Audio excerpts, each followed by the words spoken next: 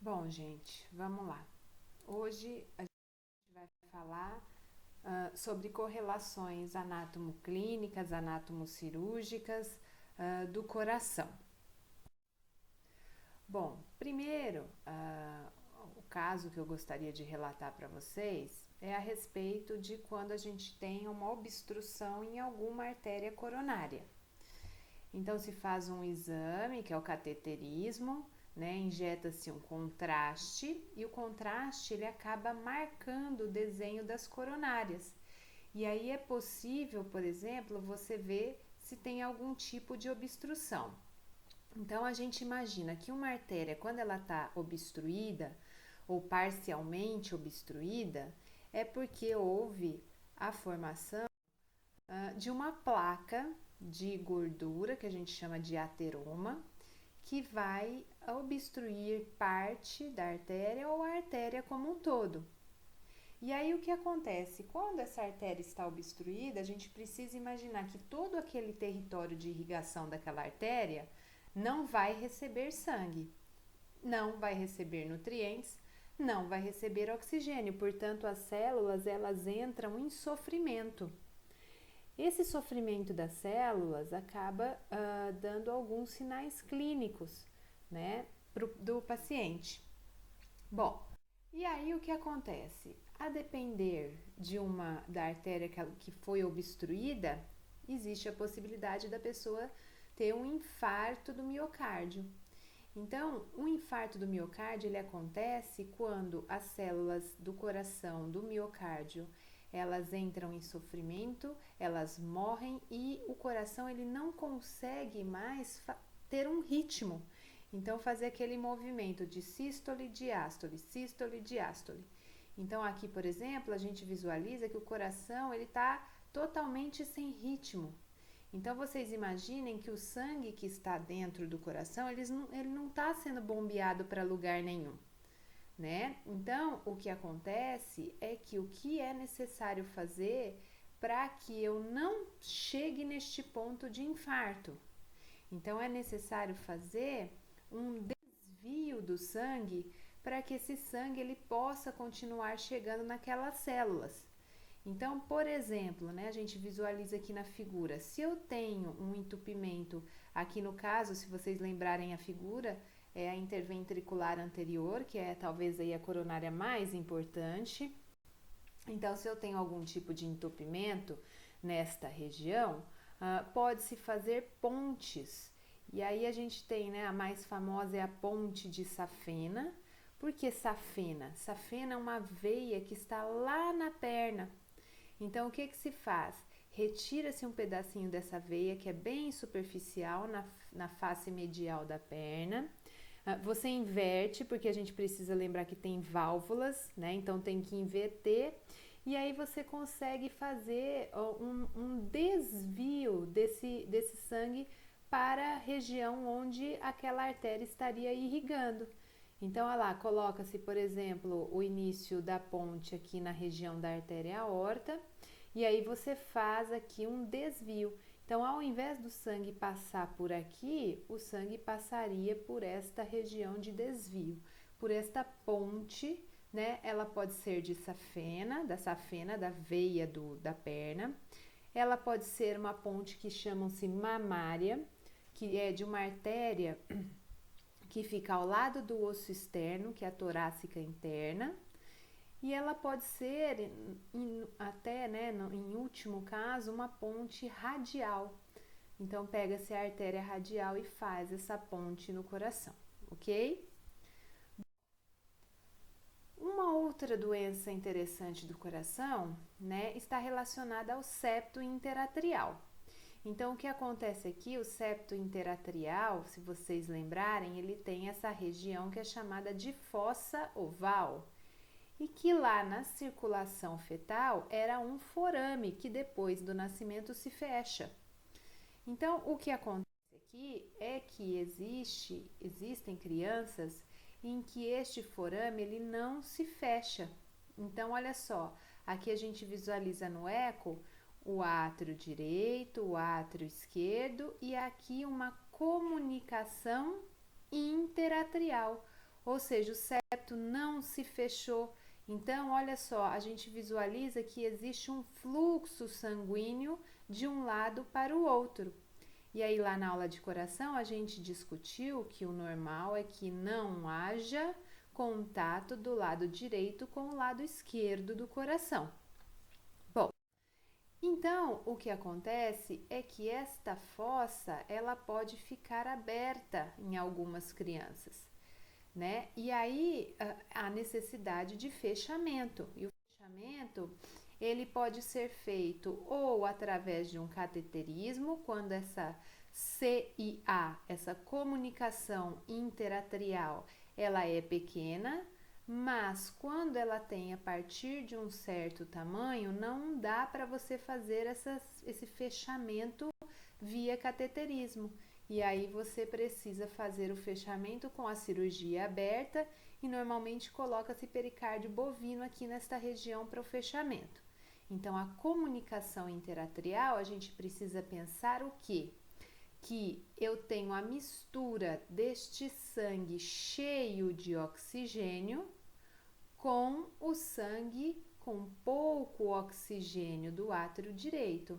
Então, quando você mistura, eu imagino que o sangue que está vindo para o ventrículo esquerdo e que vai entrar na artéria aorta, ele não está completamente cheio de oxigênio, porque houve uma mistura com o sangue venoso.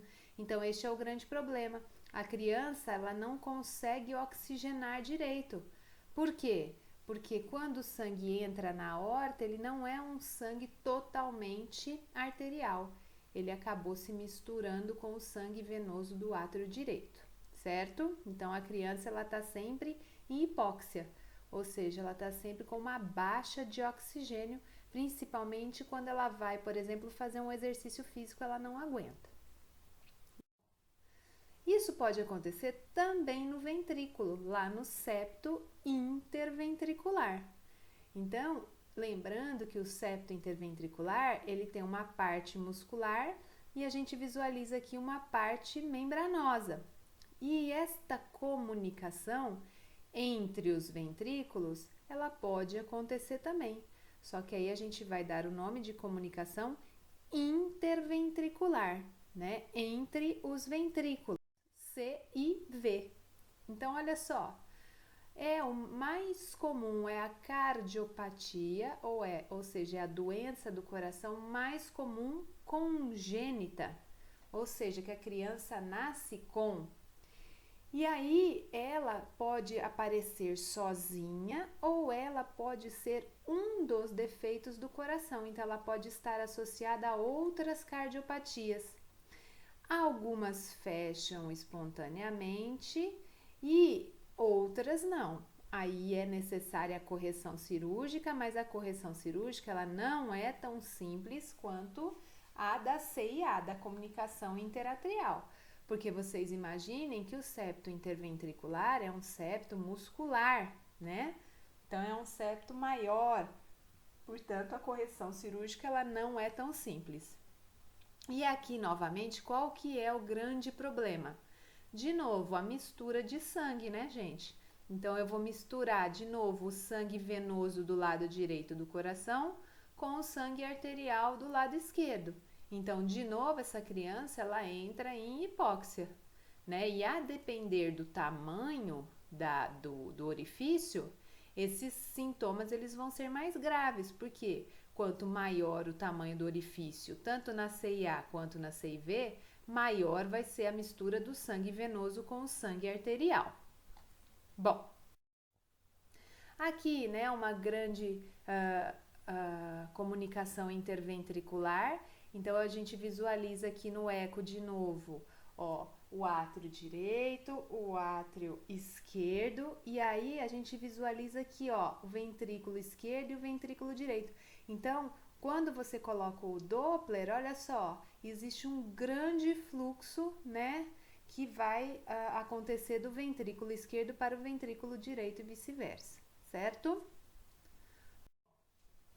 E aí, existe um caso, uma doença muito famosa, chamada de tetralogia de Fallot. Então, foi esse médico Fallot que descreveu esta doença congênita. Tetralogia, por quê? Porque são 4 grandes defeitos no coração que aparecem, que vão aparecer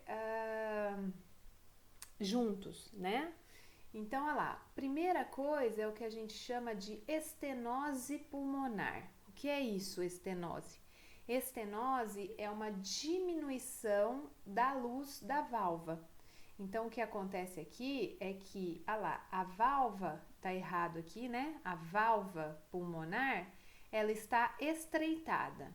Então, se a válvula pulmonar está estreitada, eu preciso imaginar que o ventrículo direito, ele vai fazer primeiro uma grande força para colocar o sangue aqui dentro, né? Então, é um orifício menor. Então, portanto, o ventrículo direito, ele vai ter que fazer força para colocar o sangue dentro do tronco pulmonar.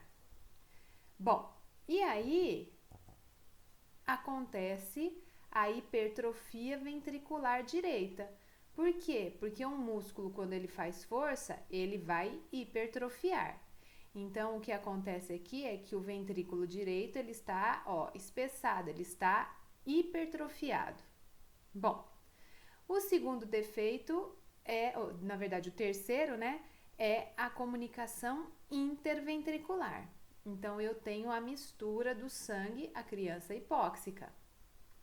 E por último, eu tenho a destroposição da aorta.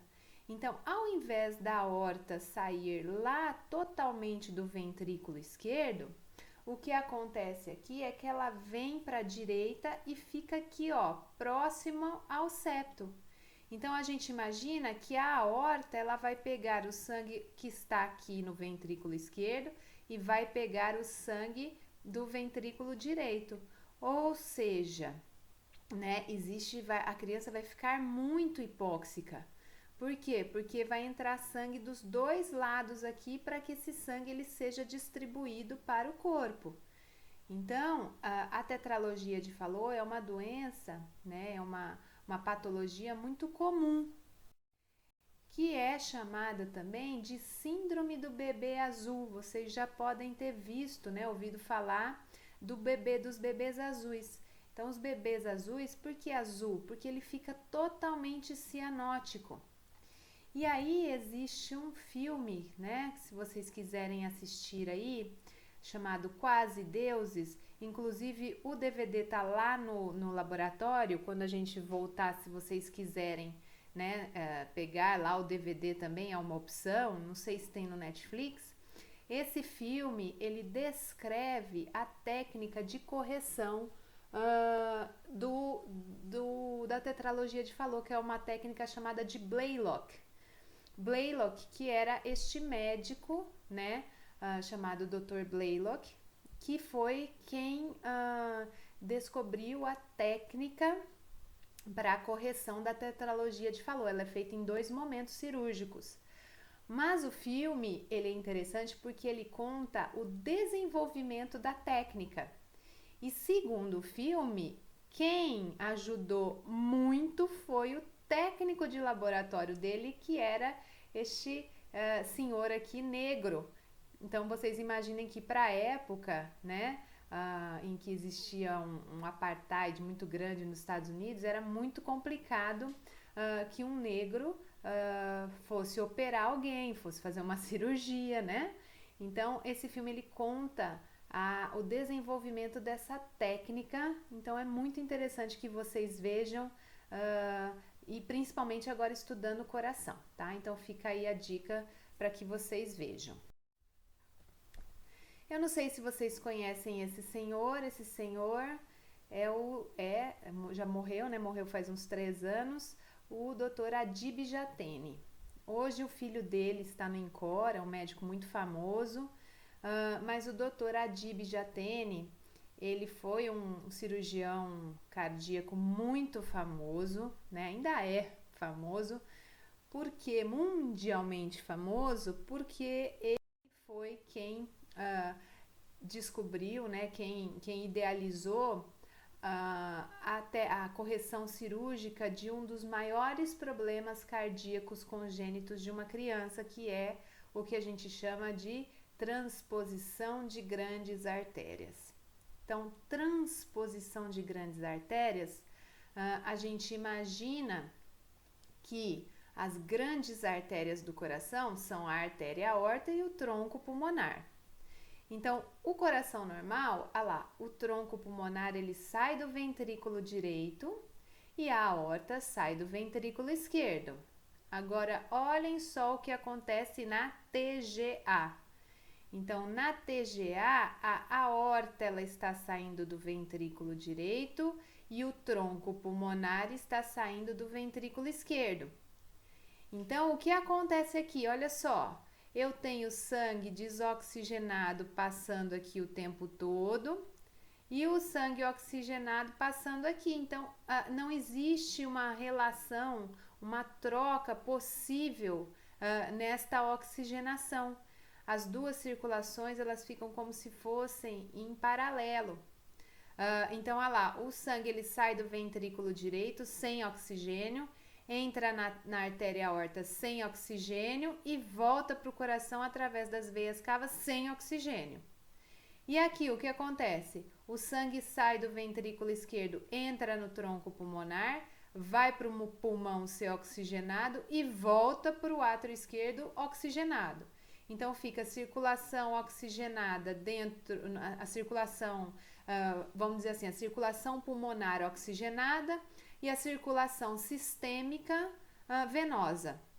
Então, obviamente, a criança que nasce com isso precisa ser operada muito rapidamente, né? Isso pode ser já detectado no ultrassom durante o período pré-natal.